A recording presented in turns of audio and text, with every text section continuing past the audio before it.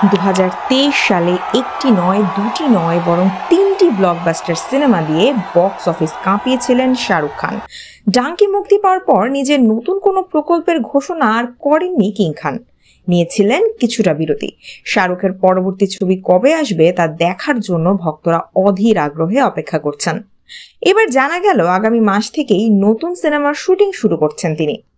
শাহরুখ খান এবার সুজয় ঘোষের ছবি দ্য কিং এর শুটিং শুরু করবেন বলেও জানা গেছে। শাহরুখ নিজে ছবির নাম প্রকাশ না করলেও শুটিং সম্পর্কে তথ্য দিয়েছেন। সম্প্রতি স্টার স্পোর্টসের একটি ইন্টারভিউতে শাহরুখ বলেন, আমার শুধু মনে হয়েছে কিছুটা বিশ্রাম দরকার। আমি 2-3টি ছবি করেছি, প্রচুর শারীরিক পরিশ্রম করতে হয়েছে, তাই বলেছিলাম নতুন সিনেমা শুরুর আগে কিছুটা সময় নেব। জানা গেছে দ্য কিং এ শাহরুখ খানের মেয়ে সুহানা খানও রয়েছেন। এই ছবিটি 2025 সালে মুক্তি পাবে।